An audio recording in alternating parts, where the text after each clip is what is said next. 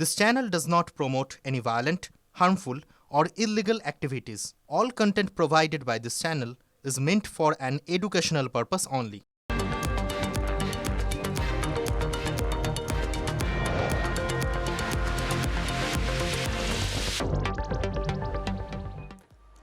নমস্কার, দেখছেন TV9 বাংলা। আপনাদের সঙ্গে রয়েছি আমি শুভজিৎ মিত্র। শুরু করছি বেঙ্গল ব্রেকিং, আর সঙ্গে রয়েছি আমি দীপ।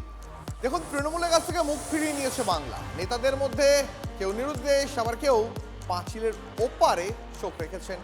তারপরও জনবিচ্ছিন্ন নেতাদের উস্কানি কিন্তু থামছে না। খ্যাপানোর চেষ্টা হচ্ছে বাংলার মুসলমানদের, যেটা আবার করলেন সিদ্দিকুল্লাহ চৌধুরী। আর সেদিনই মাইকি বিধি প্রচারে আসানসোলে মার খেল পুলিশ। মানে হবে, হতেই হবে, যেভাবে হবে আমরা দেখব। ক্ষমতা থেকে বিদায় হয়েছে 2 সপ্তাহ, কিন্তু ক্ষমতার নেশা যে থামেনি তৃণমূল নেতাদের। এবার বিধানসভা ভোটে মন্তেশ্বরে বড় ব্যবধানে হেরেছেন সিদ্দিকুল্লাহ চৌধুরী। পরাজিত তৃণমূল নেতার প্ররোচনা পুরো দমে। বাংলায় বিজেপি সরকার প্রতিষ্ঠার পরই আদালতের নির্দেশ মেনে বিজ্ঞপ্তি দিয়ে রাজ্য জানায় প্রকাশ্যে পশু জবাই শাস্তিযোগ্য অপরাধ। পশ্চিমবঙ্গ পশু জবাই নিয়ন্ত্রণ আইন 1950 কঠোরভাবে পালনের কথা বলা হয়েছে বিজ্ঞপ্তিতে। তারপরেই জমিয়তে উলেমায়ে হিন্দের নেতা ফোঁস নয়, রীতিমতো হুমকি দিয়ে বসলেন। হয়তো কেন মুসলমানদের চিমটি কাটছে? কুরবানির বিষয়ে মুসলমানদের প্রতি চাপিয়ে দেওয়া হচ্ছে। কুরবানি হবে, কুরবানি হবে, হতেই হবে, যেভাবে হবে আমরা দেখব। এই সিদ্দিকুল্লাহই তখন গ্রন্থাগার মন্ত্রী। সংবিধানের নামে শপথ নিয়েও ওয়াকফ সংশোধনী আইনের বিরোধিতায় তিনি কলকাতা অচল করে দেওয়ার হুমকি দিয়েছিলেন। আমরা কলকাতাকে যদি বলতাম জ্যাম করব, তো 50টা জায়গায় 2000 করে বসে যেতাম। সেটা এখন হয়নি, পরে কিন্তু হবে। বলে করব বলে।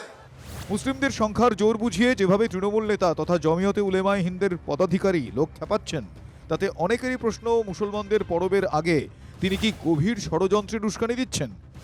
মুসলিমদের খেপিয়ে হিংসা ছড়ানোর ছক? সিদ্দিকুল্লাহর এমন প্ররোচনামূলক মন্তব্যের পর পশ্চিম বর্ধমানের আসানসোলে কি হলো দেখুন।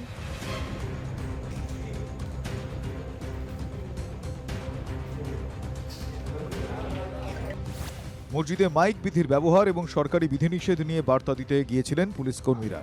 তারপরই রেলপাড়ে পুলিশ ফাঁড়িতে ব্যাপক ভাঙচুর হয়, আগুন লাগিয়ে দেওয়া হয় পুলিশের গাড়িতে।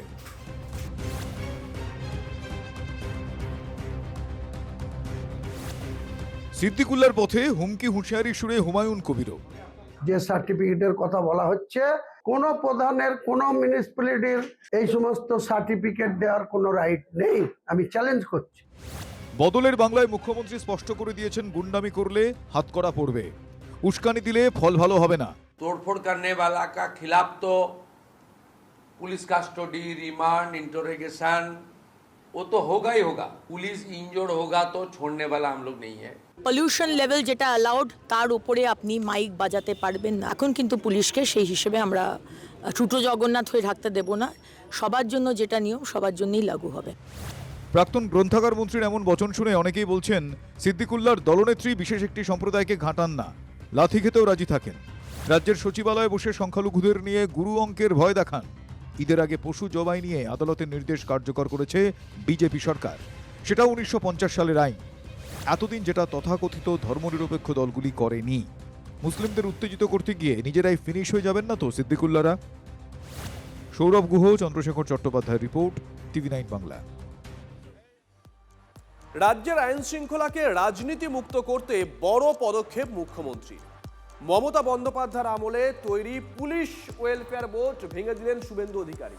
টোটো, অটো, হকারের থেকে তোলা তুললে কড়া ব্যবস্থা নেওয়া হবে। বাংলায় এবার আইনের শাসন প্রতিষ্ঠিত হবে। ডায়মন্ড হারবার থেকে বার্তা মুখ্যমন্ত্রী শুভেন্দু অধিকারী। শনিবার ডায়মন্ড হারবারে পুলিশ কর্তাদের সঙ্গে দীর্ঘ বৈঠক করেন শুভেন্দু অধিকারী। বৈঠকের পর মুখ্যমন্ত্রীর বার্তা, যে এতদিন শাসকের আইন ছিল, এবারে আইনের শাসন চালু হয়েছে, আপনারা আইন মেনে কাজ করুন। পুলিশ ওয়েলফেয়ার বোর্ড ভেঙে দিলেন মুখ্যমন্ত্রী।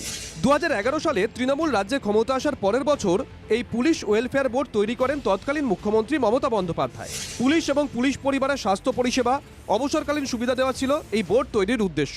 পুলিশ ওয়েলফেয়ার বোর্ডের সমন্বয়ক ছিলেন শান্তনু সিনহা বিশ্বাস এবং বিজিতাশ্বর রাউত। পুলিশ কর্তা শান্তনু দুর্নীতির মামলায় গ্রেপ্তার হয়েছেন। তৃণমূলের আমলে বিরোধীরা অভিযোগ করতেন ওয়েলফেয়ার বোর্ড শাসক দলের শাখা সংগঠনে পরিণত হয়েছে।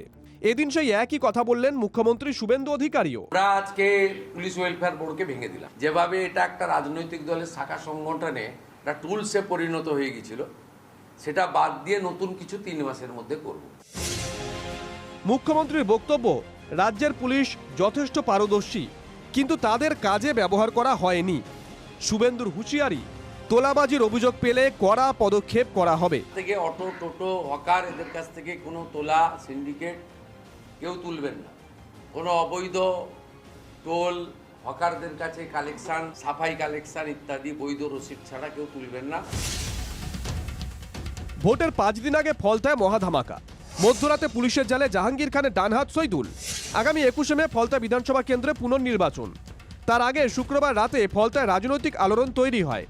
গ্রেপ্তার ফলতা তৃণমূল কংগ্রেস প্রার্থী জাহাঙ্গীর খানের আত্মীয় সৈদুল, পঞ্চায়েত সমিতির সহসভাপতি সাইদুল খান।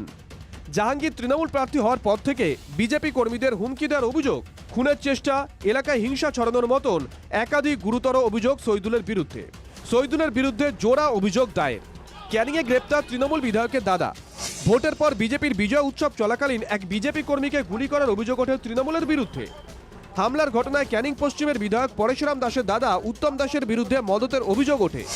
এর আগে থানা থেকে অভিযুক্তকে ছিনতাই, পুলিশের ওপর চড়াও হয়ে মারধরের অভিযোগ রয়েছে এই উত্তম দাসের বিরুদ্ধে। এছাড়াও সিতাইয়ে 2021 সালে ভোট পরবর্তী হিংসা মামলায় গ্রেপ্তার 3।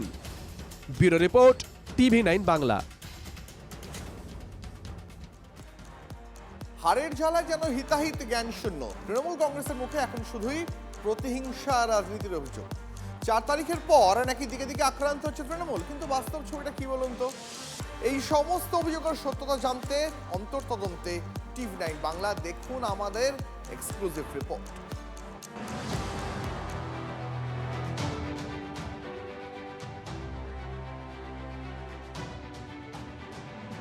4 তারিখে জোর জবরদস্তি ক্ষমতা দখল করার পরে আমাদের 10 জন একনিষ্ঠ সহকর্মীকে নির্মমভাবে হত্যা করেছে। ভোট পরবর্তী হিংসার অভিযোগ তুলে জেলায় জেলায় তৃণমূলের প্রতিনিধি দল জেলা সফর করে শীর্ষ নেতৃত্বের কাছে রিপোর্ট দেবেন তারা। মৃত্যু নিয়ে রাজনীতির অভিযোগ উঠছে। আমাদের প্রতিনিধিরা পৌঁছে যান এন্টালি, বেলেঘাটা, হুগলি, নদিয়ায় খুন হওয়া ব্যক্তিদের বাড়িতে।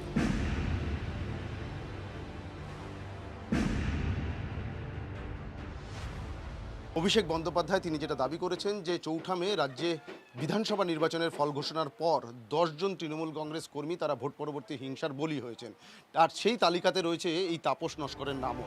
তৃণমূল দাবি করেছে এন্টালির বাসিন্দা তাপস নস্করকে খুন করেছে বিজেপি। নিহতের পরিবারের সঙ্গে কথা বললেন আমাদের প্রতিনিধি। দেখুন কি বলছেন তারা। রাজনীতির কোনোটাই কারণ নেই, এটা সত্যতা বসে। নেটু ওর কাছ থেকে খুব অনেকদিন আগে থাকতে ওকে মারার প্ল্যান করেছিল। কোনো পার্টি করতেন না? না, সেরকম কোনো পার্টি করতে। গোটা ঘটনার পিছনে তাহলে কি কারণ? শত্রুতার বশে। দেখলেন তো, তাপস নস্করের খুনের সঙ্গে রাজনীতির কোনো যোগ নেই। পুরনো শত্রুতার জেরেই খুন হন তিনি। বেলেঘাটার বাসিন্দা বিশ্বজিৎ পট্টনায়ক খুনে তৃণমূলের উল্টো সুর পরিবারের মুখে। কারা খুন করেছে বিশ্বজিৎকে বলতেই পারছেন না মা ও স্ত্রী। আমি কি করে জানবো কে মেরেছে? আমি কোন দল বলবো?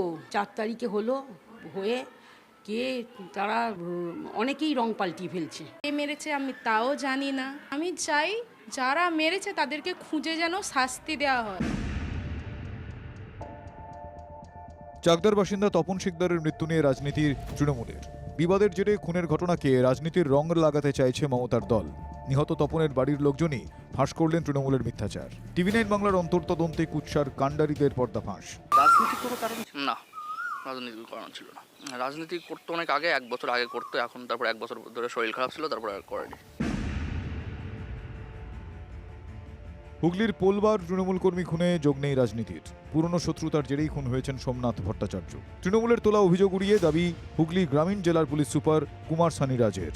কোনো পলিটিক্যাল কোনো গল্প নেই, আগে থেকে রাগ ছিল, তো ওর জন্য মারপিট হয়েছিল। ওখানে আমরা অলরেডি 8 জনকে অ্যারেস্ট করেছি।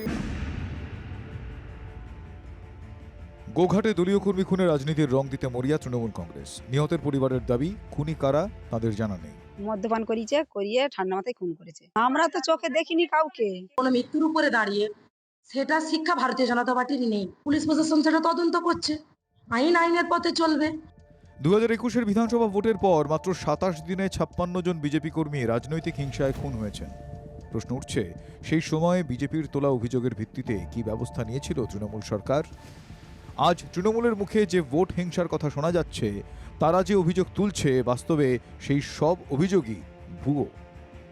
Bureau report, TV9 Bangla. আচ্ছা দীপ, বাংলায় কি এবার কোনো নতুন জেলা আত্মপ্রকাশ করতে চলেছে? জানি না, প্রশ্ন একটা উঠছে যে বাংলায় কি নতুন জেলা হবে, নতুন জেলা কি শিলিগুড়ি হবে? দার্জিলিং থেকে শিলিগুড়িকে আলাদা জেলা করার প্রস্তাব কয়েকজন বিজেপি বিধায়কের। মাটিগাড়াকে শিলিগুড়ি পুরো এলাকায় অন্তর্ভুক্ত করারও প্রস্তাব দেওয়া হয়েছে। প্রসেনজিৎ আমাদের সঙ্গে টেলিফোনে রয়েছেন, আমাদের সহকর্মী। প্রসেনজিৎ, গোটা বিষয়টা যদি একটু খোলসা করে বলো যে কোন জায়গা থেকে প্রস্তাবটা এসেছে এবং কি কারণে এই প্রস্তাবটা দেওয়া হয়েছে, কি চাইছেন তারা? দেখো, পদ্মপথে বাংলা নতুন করে এই সরকার গঠন হওয়ার পর এবার জেলায় জেলায় প্রশাসনিক বৈঠক করে বাস্তবতাটা বুঝে নিচ্ছেন বিজেপির নেতৃত্ব, যারা ক্ষমতার মসনদে এই মুহূর্তে বসেছেন। শিলিগুড়িতেও তেমন প্রশাসনিক বৈঠক হয়েছে এবং সেই প্রশাসনিক বৈঠকে বিধায়করা জেলা শাসকদের কাছে জানিয়ে দিয়েছেন যে আলাদা জেলা করা হবে শিলিগুড়ি। সেই কারণে আনুষ্ঠানিকভাবে জেলা শাসকরা রাজ্যের কাছে প্রস্তাব পাঠান। অর্থাৎ এই যে বদল হলো বাংলায়, সেই বদলের পর যে প্রশাসনিক সংস্কার, সেই সংস্কারের লক্ষ্যে প্রথম বড় অন্যতম পদক্ষেপ যা উল্লেখযোগ্য সেটা হচ্ছে আলাদা জেলা হচ্ছে শিলিগুড়ি। এখানেই বিজেপি থেমে থাকেনি, এর পাশাপাশি শিলিগুড়ি পৌর নিগমের এলাকা বৃদ্ধি করা হচ্ছে। মাটিগাড়া, শিব মন্দিরের মতো এলাকা, যেগুলো ক্রমবর্ধমান এলাকা, সেই এলাকাগুলোকে নাগরিক পরিষেবার আওতায় নিয়ে আসা হবে। আর আরো একটা পদক্ষেপ, সেটা হচ্ছে মহকুমার যে বিভিন্ন এলাকা জেলা পুলিশের আওতায় আছে। যেহেতু শিলিগুড়ি পুলিশ কমিশনারেট আলাদা রয়েছে, সেই কমিশনারেট এলাকার মধ্যে ওই এলাকাগুলোকে নিয়ে আসা, যাতে ওই এলাকার আইনের শাসন আরেকটু সুনিশ্চিত করা যায়। শুভজিৎ, বেশ, ধন্যবাদ। শিলিগুড়ি কি জেলা হচ্ছে? আগেও আমি বিধানসভাতে বলেছিলাম শিলিগুড়ি জেলার ব্যাপারে, চিঠি দিয়েছিলাম মুখ্যমন্ত্রীকে, সেটা হয়নি। আমি শুভেন্দুকেও বলেছি, আমাদের মাননীয় মুখ্যমন্ত্রী তাকে বলা হয়েছে। প্রশাসনিক বৈঠক ছিল, এখানে ডিএম এবং অন্যান্য সরকারি আধিকারিকরা ছিল, তাদেরকে আমি সেই প্রস্তাব দিয়েছি, অথবা শিলিগুড়ি যাতে গ্রেটার শিলিগুড়ি কর্পোরেশনের সাথে সেগুলো যুক্ত হয়, সেই প্রস্তাবটা আমি দিয়েছি, তাদেরকে বলেছি। তারা পুরো বিষয়টা নোট করে নিয়েছেন এবং তারা সেগুলো যথাযথ তাদের যা করণীয় সেটা তারা করবেন বলে আমরা আশা করছি। অবশ্যই সেটা আমরা দেখবো, ঠিক আছে না? আমাদের প্রশাসনিক উন্নয়ন, প্রশাসনিক কাঠামো বাড়ানোর জন্য, যা ক্ষমতার বিকেন্দ্রীকরণ করার জন্য যেটা করা দরকার, সেটা নিশ্চয়ই মাননীয় মুখ্যমন্ত্রী তিনি এটা ভেবে দেখবেন।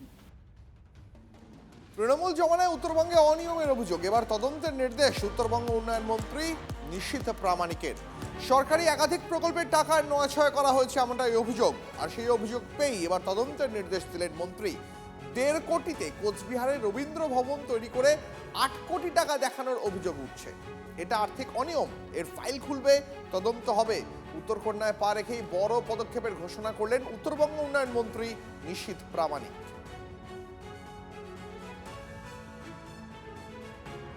আমরা বেশ কিছু পুরনো ফাইল আমরা দেখেছি, যার মধ্যে অসঙ্গতি দেখা গেছে। আজকে কুচবিহার রবীন্দ্র ভবন, এখানে সেই রবীন্দ্র ভবন তৈরি করতেই বাম জমানায় তৈরি হয়েছিল 1.5 কোটি টাকায়। আমরা দেখতে পাচ্ছি যে সেটার রিপেয়ারিং এর জন্যই শুধু 8 কোটি টাকার উপরে খরচা। তো স্বাভাবিকভাবে কিছু কিছু অসঙ্গতি দেখা যাচ্ছে বিভিন্ন কাজের মধ্যে। আমরা নিশ্চিতভাবে সেই সমস্ত ফাইলগুলো আমরা আবার খুলব, এবং শুধু ফাইল ওপেনিংই নয়, যে সমস্ত কন্ট্রাক্টররা এই কাজগুলোর সঙ্গে যুক্ত এবং যারা এই ধরনের অসঙ্গতিযুক্ত কাজ করেছে, নিশ্চিতভাবে তাদেরকে উত্তরবঙ্গ উন্নয়ন দপ্তর থেকে ব্ল্যাকলিস্টেড করা হবে। আগামী দিনে কোনো কাজ তাদের কাজের মধ্যে বা কোনো রকম টেন্ডারের মধ্যে তারা পার্টিসিপেশন করতে পারবে। বাংলায় বদল হতেই সাহস বাড়ছে আমজনতার। আবাসনে কাটমানির অভিযোগে ফুঁসছেন কোচবিহারে পুটিমারির বাসিন্দারা। আবাসে ঘর পাইয়ে দেওয়ার নামে 10 থেকে 20 হাজার টাকা করে কাটমানি খাওয়ার অভিযোগ। রিয়া আমাদের সঙ্গে টেলিফোনে রয়েছেন। রিয়া, কারা কাটমানি খেত, কি অভিযোগ? তোমাকে বলে রাখি যে কোচবিহারের যে দিনহাটার পুটিমারি অঞ্চল রয়েছে, সেই অঞ্চলের কিন্তু উপপ্রধান যে রয়েছেন, তিনি কিন্তু যে সেখানকার যে স্থানীয় বাসিন্দা রয়েছে, তার নাম প্রিয়াঙ্কা রায়, তিনি কিন্তু সাধারণ মানুষের থেকে 10,000 এবং 20,000 টাকা করে নিয়েছে আবাস যোজনার ঘর দেবে বলে। তারপরে কিন্তু রীতিমতো সেই হিসেবেই তারা ঘর দেয় এবং সেইভাবেই সাধারণ মানুষ যারা, তারা এইভাবেই টাকা দিচ্ছিল। কিন্তু যে যখনই দেখা গেল যে সরকার বদল হয়েছে, যেই পালা বদল হয়েছে, সেখানকার সাধারণ মানুষ যারা রয়েছে তারা কিন্তু ভীষণ ক্ষুব্ধ তারা। যাদের কাছ থেকে টাকা নেওয়া হয়েছিল তারা আজ সকলে উপপ্রধানের বাড়ির সামনে গিয়ে চড়া হয় এবং পুরো হিসেব নিয়ে তার সামনে যায় যে কত টাকা কোন অঞ্চল থেকে তোলা হয়েছিল। এরপরেই কিন্তু সেখানে বিক্ষোভ দেখাতে শুরু করলে পুলিশ প্রশাসনের উপস্থিতিতে তা মিটমাট করা হয়। বেশ, ধন্যবাদ। পঞ্চায়েতে আমার কাছে ঘরের টাকা নিচে 18,000, আমি সেই টাকাটা চাই। 18,000 কবে দিয়েছিলেন? কতদিনে দিয়েছিলেন টাকাটা? 1 বছর হয়ে গেল। তারপর ঘর পেলেন? ঘর পাশে ওই ঘর থেকে আর কি 18,000 টাকা নিয়ে নিয়েছি। আমার যে ঘরের টাকা আমার 10,000 নিয়েছে। 10,000 টাকা নিয়েছে। তারপর ঘর কি পেলেন? না, ঘর তো পাচ্ছি, আমি ঘর তো নিয়ে গেলাম। ঘরের যে টাকাটা আছে বাংলা আবাস যোজনার টাকাটা আমাদের কাছে গ্রামের লোক একত্রিত হয়ে ওরা বলছে, কেউ বলছে 20,000 টাকা, কেউ বলছে 15,000 টাকা, মানে 10,000 টাকা মিনিমাম। এবং সেই টাকাটা জবরদস্ত করে নেওয়া হয়েছে। ওদেরকে মোটর সাইকেলে উঠিয়ে নিয়ে গিয়ে ব্যাংকের টাকা তোলার সঙ্গে সঙ্গেই ওই টাকাটা ওদের যে কাটমানির টাকা নিয়েছে উনি এসে আমাদের যে গরিব মানুষের টাকাটা হকের যেটা আমার সরকারে দিয়েছে সেই টাকাটা যেন ফিরিয়ে দেয়।